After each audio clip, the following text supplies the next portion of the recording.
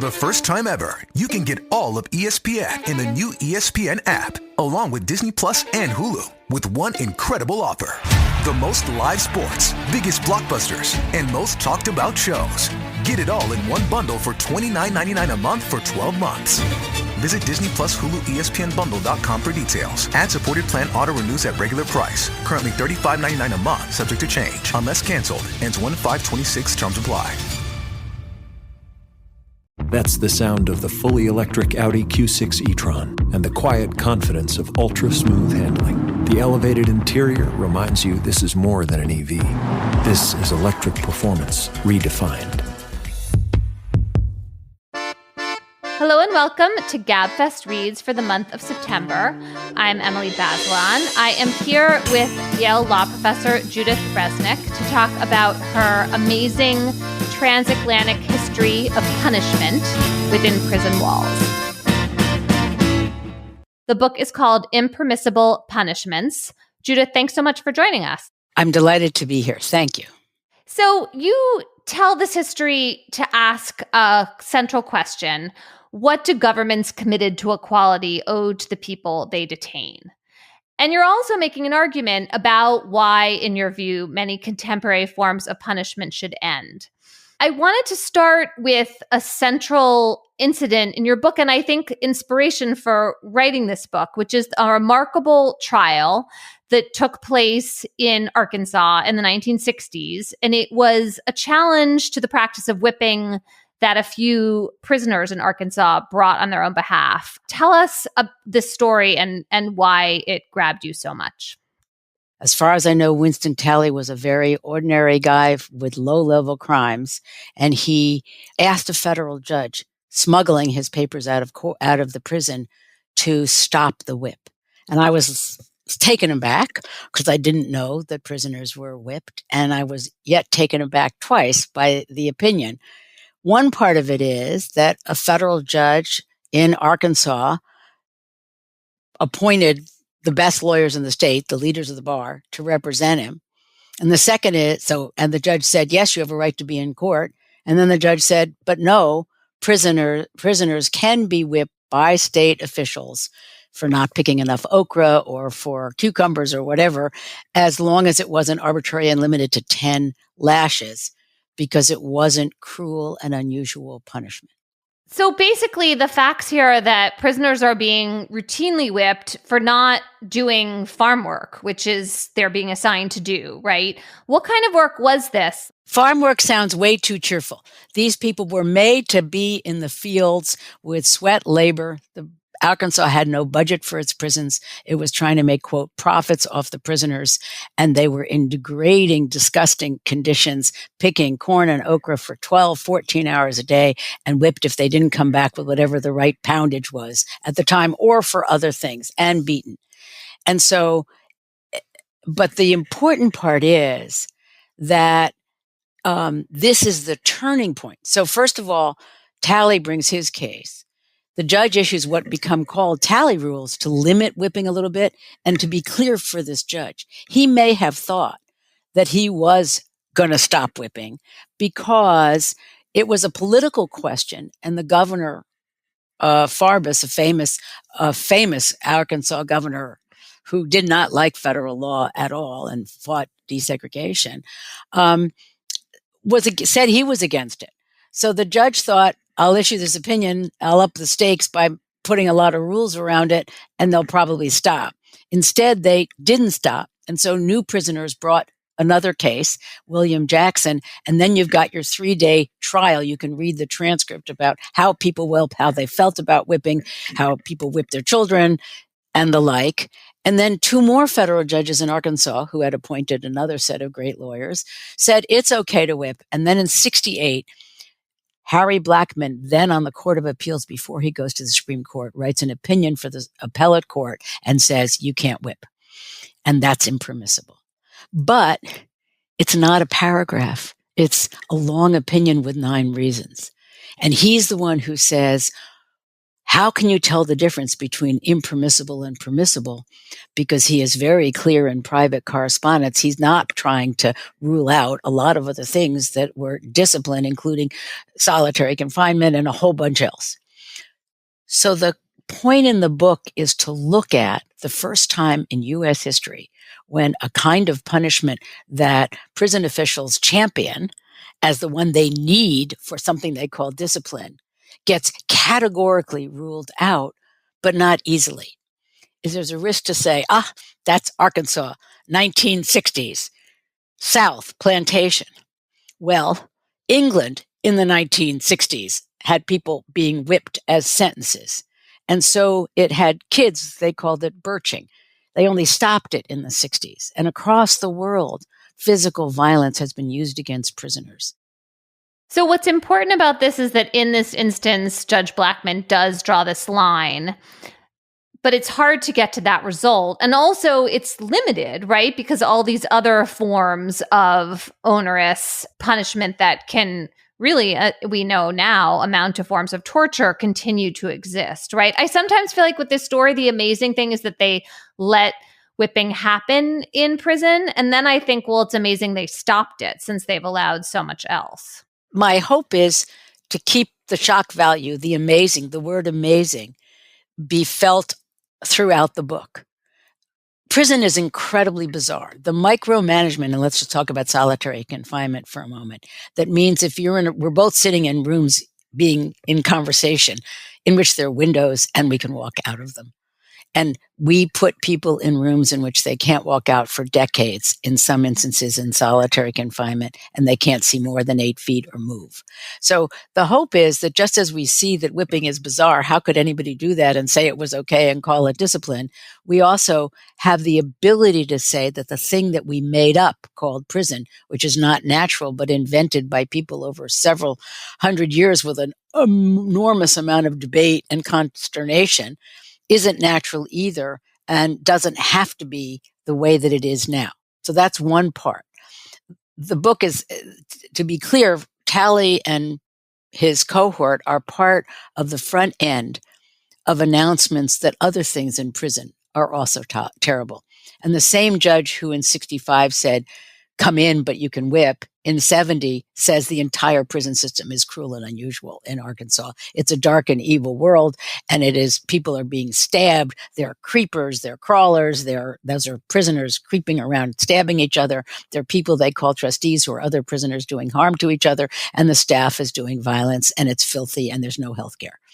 So this is the cusp of a radical change. Let's talk about the international picture. How does the fight for prisoners' rights begin in England early in the 20th century?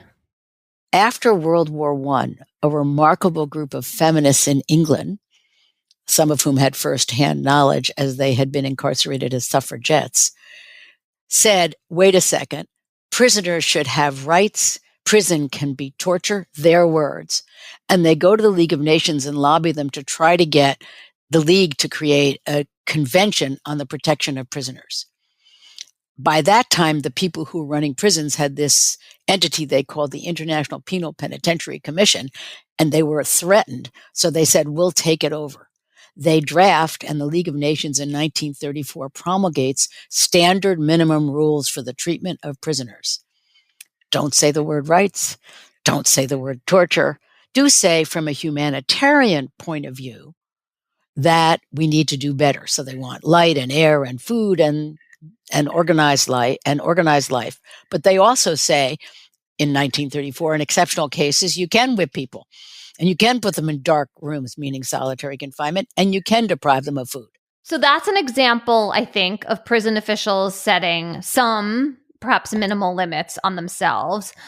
My understanding is that the argument that's been repeated often in U.S. courts and gotten a lot of deference is that prison officials need a great deal of discretion to run their facilities. They're dealing with dangerous people. They need to be able to do what they think is necessary to control that environment.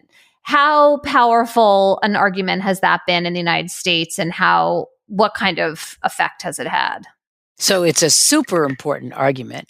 In 1966, Alabama had a statute that said you can't chain black and white people together, nor can you let them sleep together. Statutory race segregation.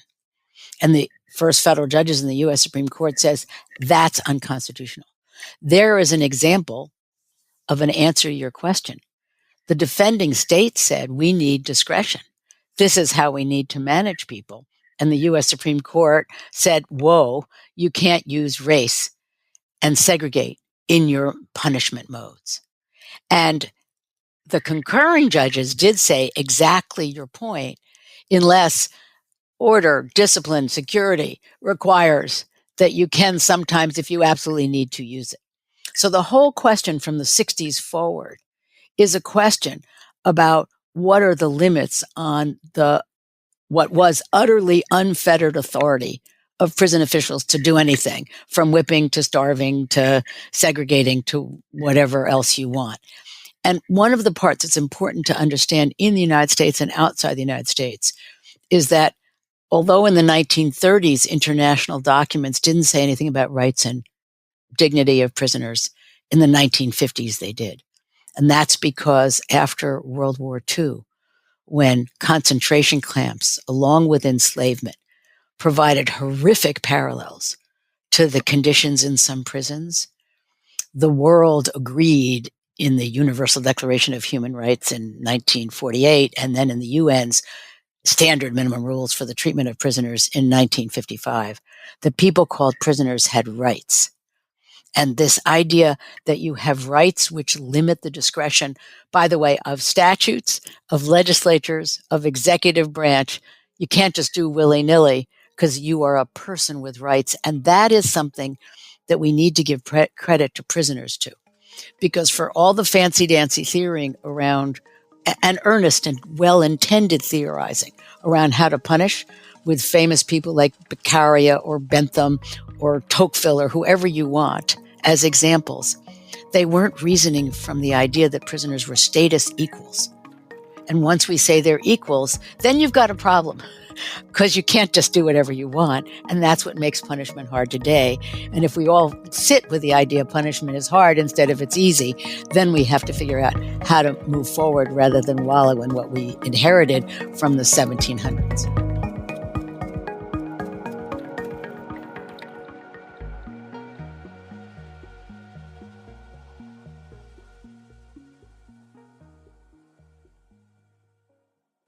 This episode of Gabfest Reads is sponsored by Quince. Quince. I am loving Quince these days. The quality is amazing. The prices are unbeatable. I had a big meeting yesterday with my big boss. I wore my favorite black Quince shirt. I feel like a god when I wear that shirt. Not like a god, but like just filled with power and authority. And it just makes me feel good because I think I look good in it. And Quince has the kind of fall staples that you're going to wear nonstop, like super soft, 100% Mongolian cashmere sweaters starting at just $60. Keep it classic and cool this fall with long-lasting staples from Quince. Go to quince.com/gabfestreads for free shipping on your order and 365-day returns. That's QUINCE.com/gabfestreads. Get free shipping and 365-day returns. Quince.com/gabfestreads. This episode is brought to you by ESPN. Catch the first WWE Premium Live event on ESPN, WrestlePalooza, live on Saturday, September 20th at 7 p.m. Eastern Time. It's going to be an epic night in Indianapolis, featuring some of the biggest WWE superstars. This event is only on ESPN, so go to stream.espn.com and sign up to the ESPN app today for your all-access pass to WrestlePalooza and all WWE Premium Live events.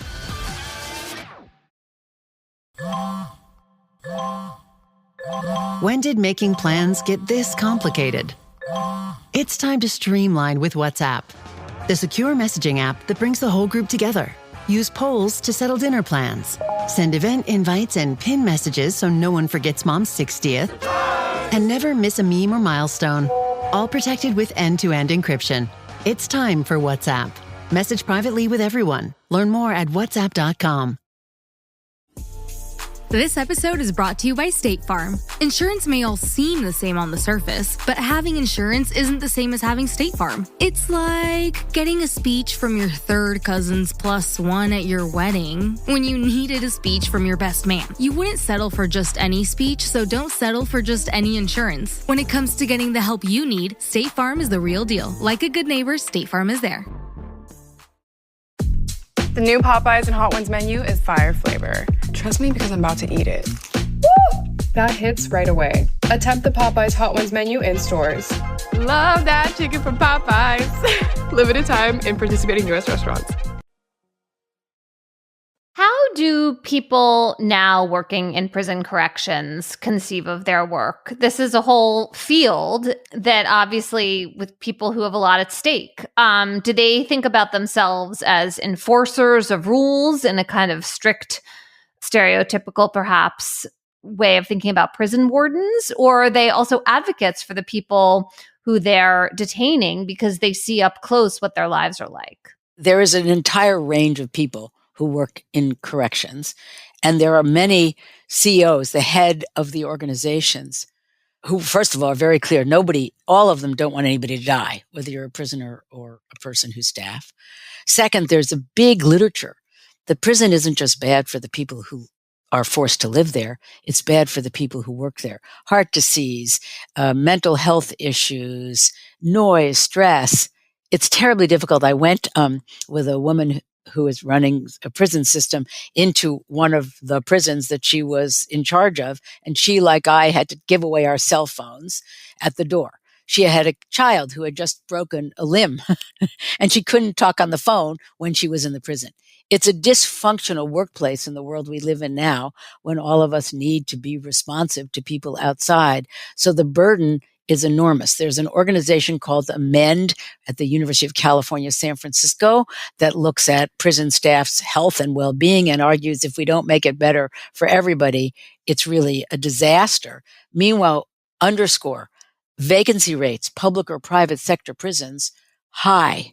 Healthcare needs enormous. COVID, everybody gets among sick. The guards, you mean, not the prisoners. High among the staff. Yes, vacancy among the staff, employees. Healthcare needs enormous. COVID, everybody got sick, not, congregant spaces or congregant spaces. And so the goal of some of the people who run prisons is radical reformation. The goal of others is the status quo, because of course it's an enormous workforce that is diverse in its own being. And there are complicated problems of trying to help a social work. One of your models was advocates for the people, a kind of social work model as compared to a enforcer model. I think we need to realize that the prisons we have now are full of people who have serious illness issues, mental health and physical health. Connecticut report from 2023, 80% of the people incarcerated have had at least some diagnosis of mental health and 30% serious at the time. I was in a prison in Milan, asked the person who was the director, what are your chief problems? Her answers were 1, mental health, 2, crowding, 3, staffing, 4, substance abuse, 5, foreign nationals. I could have gotten the same answer in New York State or California. I think what you're touching on is that prisons have become warehouses for people with all kinds of problems, often because we're not providing enough alternative social services and other paths to getting relief. And I love thinking about Amend because they're making a kind of argument from the side about how we need to improve prisons, not entirely or not only for the sake of the people who are detained in them, but also for the sake of the people who work in them.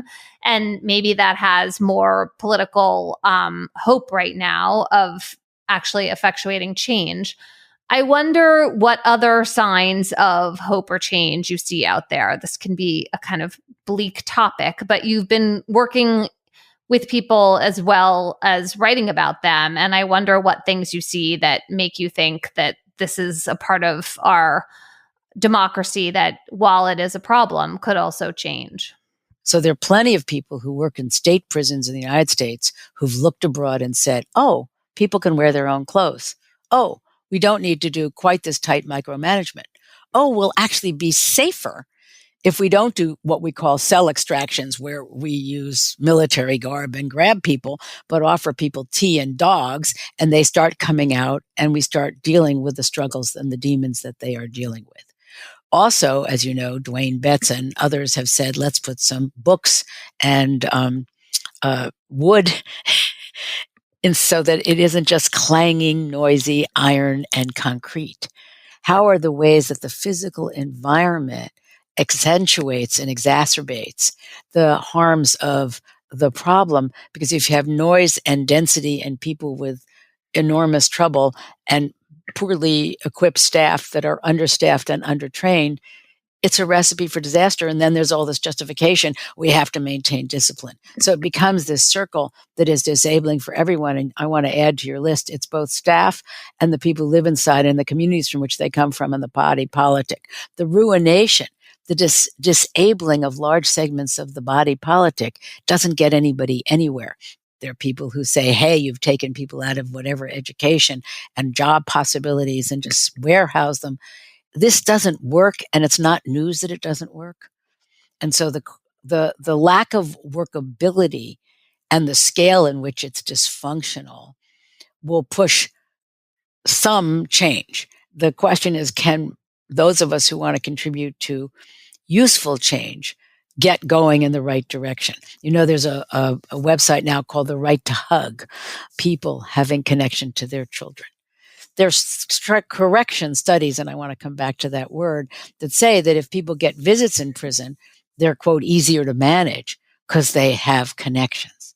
It's so dysfunctional to cut off interactions with home and family and to price it with high phone call costs and the like. It's dysfunctional for everybody. I just wanted to mention that you mentioned Dwayne Betts. His project is called Freedom Reads, and he's been building library units inside of prisons all over the country. And it's an example, I think, of a point you're making, that there are very pragmatic reasons to wish for improved lives. Sometimes prison is seen only as a place for retribution and ongoing punishment, and there's an idea of making it as unpleasant as possible so people don't want to go commit other crimes and go back. But in fact, there's a lot of research that the experience of prison, when it's so debilitating, can actually make people less able to function when they get back into the world. And so that's part of this argument you're making, I think, for changing the scope of it. Let me just underscore a point. The history of punishment with people called retributivists look to the past and say, you did harm. The people who are utilitarians say, look to the future. Can we deter you so you won't do harm again, scare you? What the prisoners said, which was a political philosophical innovation, is our present counts. That's news. And so they said our present counts in an important way. And that's why I wish we didn't use the word corrections, because corrections and minimum civilization and all the other words that are there are grew out of colonialism and hierarchies and racist histories. And instead, if we think about the agency of the people who are there, troubled as all of us can be, we've got to figure out a way to not ruin them and to enable them and to respect them as people and whatever agency and innovations. And the track record of people in prison writing books, finding ways to communicate, coordinating on lawsuits, drawing, take whatever examples you want. There's an enormous amount of generativity that is being squished or not celebrated. And we just have to ditch the word correction. We have to ditch the word reentry. Prisons are here. It's not there versus us. And we have to get a vocabulary that captures that all of us are people in terrible straits. And degrading people inside and degrading people outside are continuous activities.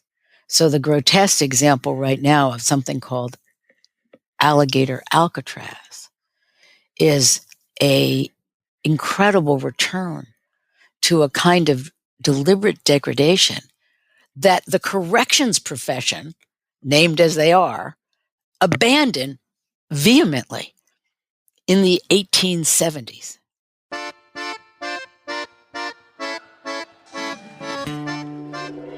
Judith Resnick is a Yale law professor and the author of Impermissible Punishments. Judith, thanks so much for joining us. Happy to participate and look forward to learning from those who find the book useful. That's it for this month's edition of Gabfest Reads. Our producer is Cheyna Roth. Ben Richmond is Senior Director of Operations and Podcasts. Mia Lobel is the Executive Director of Podcasts at Slate. And Hillary Fry is the Editor-in-Chief at Slate. We'll be back next month with another edition of Gabfest Reads. Until then, all three of us, John and David and I, will be back in your feed on Thursday with a new episode of the Slate Political Gabfest. Thanks so much for listening.